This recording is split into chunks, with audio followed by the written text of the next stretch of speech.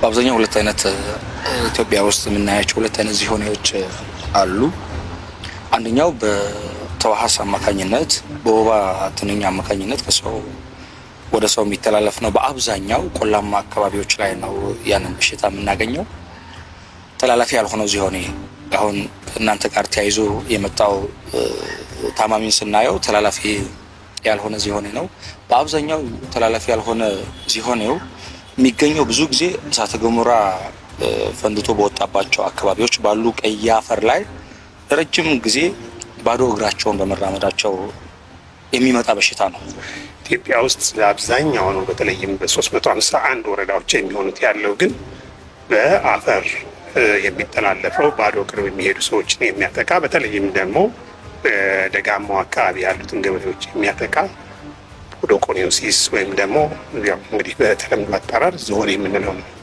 እነዚህ ኢትዮጵያ ውስጥ እንግዲህ በአጠቃላይ ከዓለም 1/4 የዝሆኔ በሽተኛ ኢትዮጵያ ውስጥ ይኖራል ተብሎ ነው የሚታስበው። ይህ ማለት ወደ 1.5 ሚሊዮን የሚሆኑ የዝሆኔ ታካሚዎች ወይም ተጠቂዎች ይኖራሉ።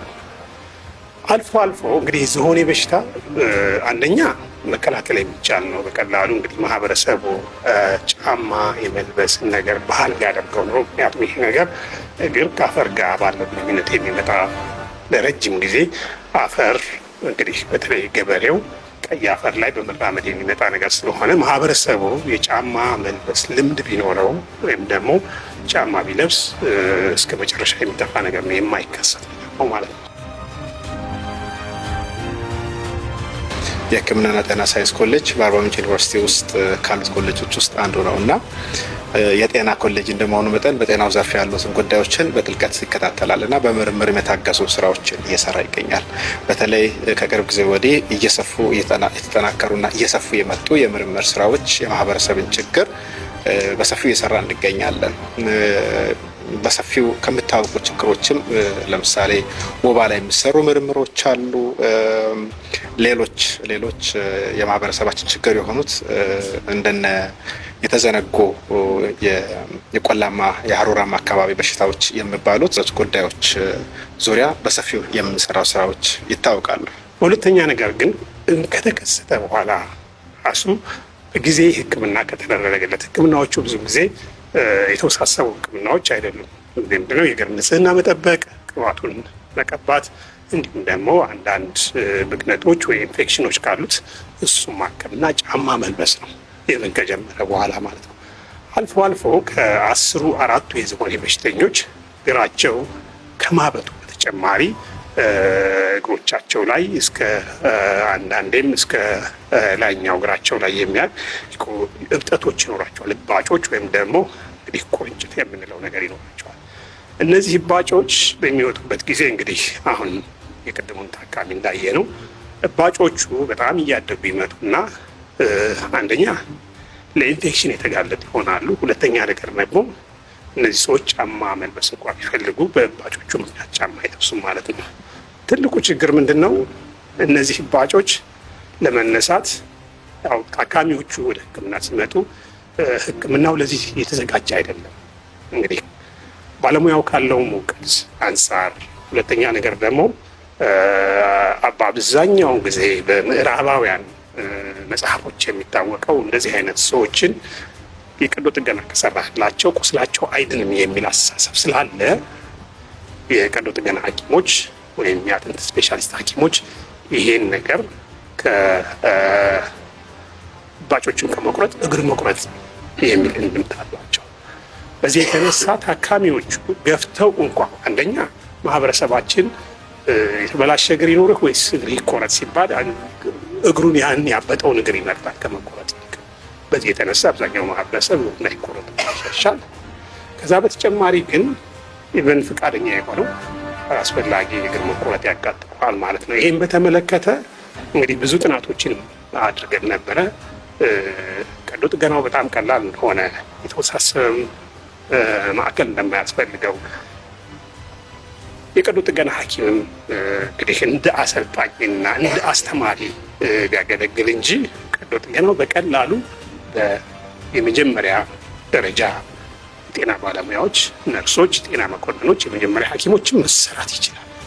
ዓለም የቆዳ ባለሙያዎች ማህበር ድጋፍ ፕሮጀክቶችን ወደዚህ ማምጣት ችለናል።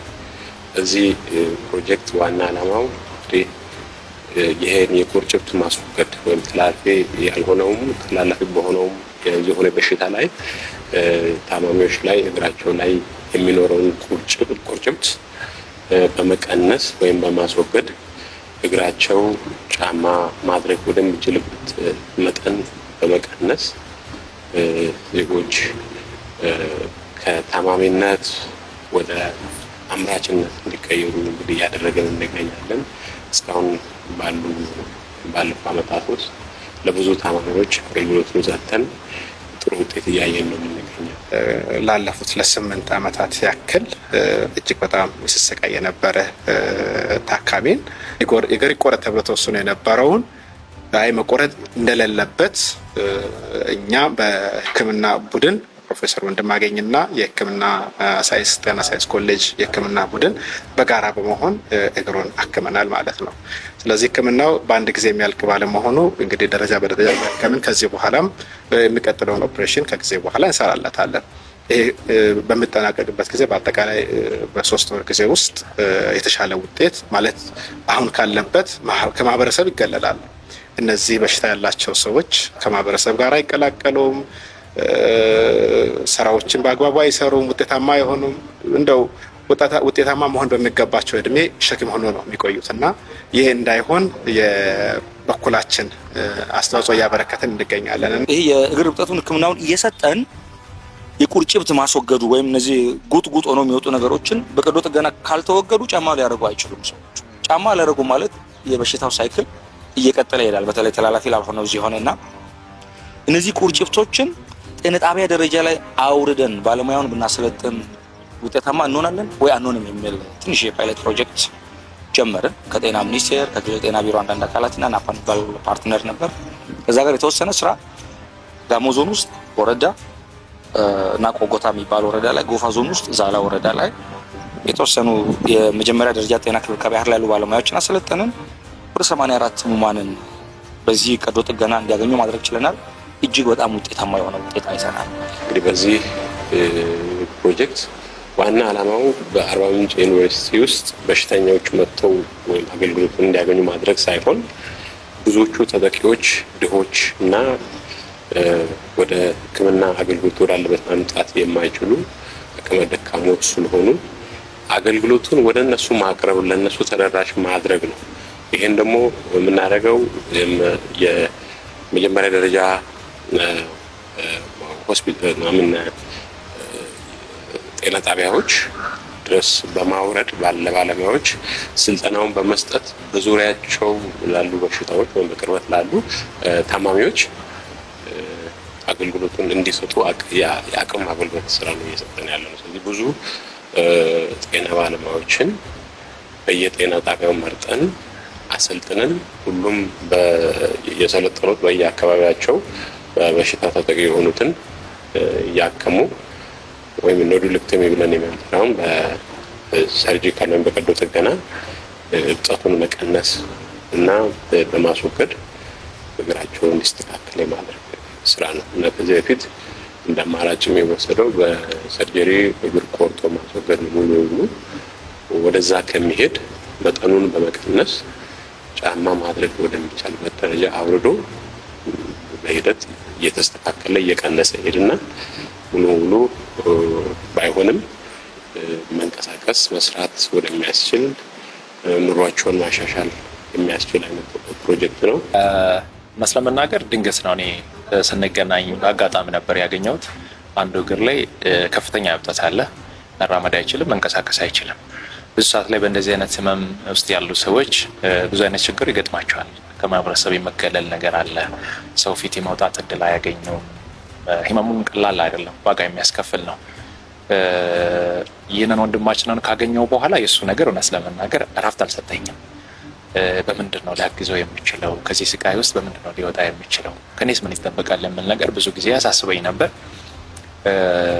ምንድን ነው ያደረኩት? እኔ የመጀመሪያው የተወሰኑ ሰዎችን ለማማከር ሞከርኩኝ። ህክምና ላይ ያሉትን የነበረውና የተሰጠኝ የመጨረሻ አማራጭ የተባለው እግር መቆረጥ ነው።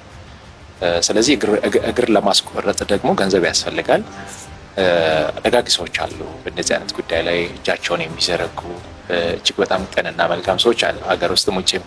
ይህንን ወንድማችንን ለሕክምና የሚያስፈልገው ወደ 100 ሺህ ብር አካባቢ ያስፈልገዋል ስለተባለ ላይቭ ላይ ከፍቼ ላይቭ በመክፈት ቲክቶክ ላይ እርዳታ አሰባስብለት ነበር።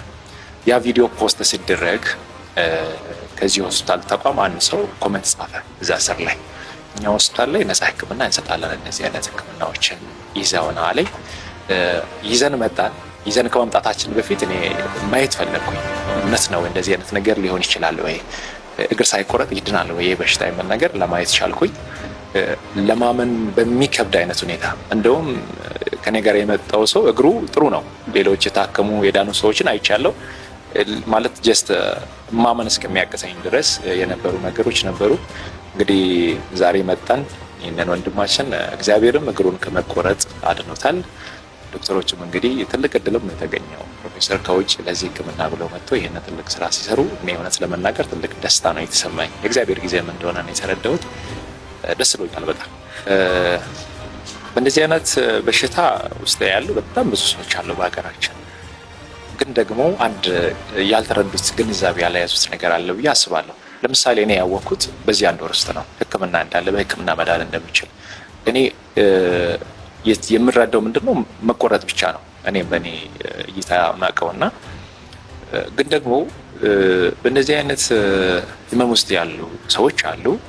እነዚህ ሰዎች ሕክምና ማግኘት እንደሚቻልና ሕክምና እንዳለ የመጀመሪያው እኛ የምናውቅ ሰዎች ሚዲያን የምንከታተል ግንዛቤ ያለን ሰዎች ማሳወቅ ይጠበቅብናል። ተስፋ የቆረጡ ብዙ ሰዎች ስላሉ ሌላው መፍትሄ ሊሆን ይችላል ብዬ የሚያስበው አንድ አርባ ምንጭ አካባቢ ነው ሕክምና እየተሰራ ያለው።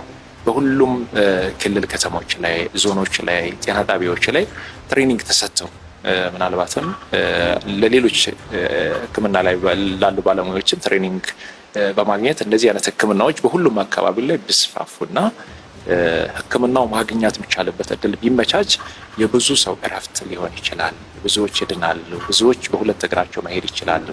ብዙ ሰው አውቃለሁ እኔ በዚህ ምክንያት እግራቸውን ተቆርጦ በክራንች የሚሄዱ በክራንች መሄድ ሳይሆን ወይም እግር መቆረጥ ሳይሆን እግር ማስቆረጥ ሳይሆን መፍትሄው በሕክምና በሳርጀሪ እንደመድን እኔ በአይኔ አይቻለሁ። ዛሬ የተሰራውን ነገር እያየው ነበር ቆሜና 2 ኪሎ የሚያክል ከሰውነቱ ከእግሩ ላይ ተቆርጦ ሲነሳ ይህንን ለማመን ይከብዳል። ግን ደግሞ ወደ ቦታው ይመለሳል። ጫማ ያደርጋሉ። በእግር ሲሄዱ አይቻለሁ የተሰሩ ሰዎች እና ይሄ ነገር ደስታ ፈጥሯል ውስጤ ላይ። ሌሎች አካባቢዎችም ላይ ይህ ነገር መቀጠል አለበት ብዬ አስባለሁ። እግር ከተቆረጠ የሰዎች ውጤታማነት ህይወታቸው በብዙ ይዛባል እና ይህንን እግር ሳንቆርጥ ማከም አይቻልም ወይ የሚለውን እሳቤ ይዘን ነው እንግዲህ ወደ ማህበረሰባችን ገብተን እየሰራን ያለ ነው። በተግባር በተጨባጭ ያየ ነው። ይህንን ሀሳብ ይዘን በተግባር ወደ ማህበረሰባችን ገብተን በሰራነው ስራ እስከ 80 የሚጠጉ ተመሳሳይ ችግር ያለባቸው ሰዎች ቁጭቶችን በኦፕሬሽን ማንሳትና የተሻለ ውጤት በማግኘት ሰዎች ወደ ማህበረሰብ የተቀላቀሉበት አግባብ አለና ስለዚህ በዚህ ሁኔታ ውጤቶችን ያስመዘገብን እንገኛለን። እንግዲህ ቀጣይ ይህንን ውጤት እያሰፋን የሚመለከተው በጤና ሚኒስቴርም ካለው ከሚመለከተው ክፍል ጋር አብረን ተናበን እየሰራን ያለ ነው እና እንግዲህ ይሄ በፖሊሲ ውስጥ እንዲካተት የማድረግ ስራ እየሰራን እንገኛለን። ትልቁ ነገር ምንድነው? ይሄ ስራ እንደሚሰራ ማሳየት ነው። ይሄም በዚህ አጋጣሚ የወረዳውም የዞኑም የክልሉም እንዲሁም ባለፈው እንግዲህ ትሬኒንግ ስልጠናውን ስትሰጥ ከፌዴራልም መጥተው ስራው እንደሚሰራ ካዩ በኋላ ምንድነው ያደረጉት? አሁን የናሽናሉ ወይም የሀገር አቀፍ የፖዶ ሕክምና ወይም ደግሞ የዝሆኔ ሕክምና መመሪያ ውስጥ አካተቱት ማለት ነው። ይሄን ነገር አካተውት ወደ ጤና ጣቢያ መውረድ እንደሚችል እዛ ውስጥ ተካተዋል። ከዛ በተጨማሪ ግን አሁን የተወሰኑ እንደገና ሰፋ ያለ ፕሮጀክት ገንዘብ እያገኘን ነው። ይህን ነገር በሌሎች ጤና ጣቢያዎች አስፋፍተን ምክንያቱም 4 ጤና ጣቢያዎች ላይ አስጀምረህ ማስፋፋት ችግሩን ማከም ስለሚከብድ ሌሎች ጤና ጣቢያዎች ላይ ለማስፋፋት የተወሰኑ ገንዘቦች አግኝተናል። እንደገና እሱን እያስፋፋ ነው። እዚህ ደጋግሜ ማስተላልፈው ከዚህ ሆነ ጋር ተገናኝቶ የሚመጣ ጉጥ ካለ እግሩን መቁረጥ ሳይሆን ጉጡን ማስወገድ ነው። በሕክምና ነው።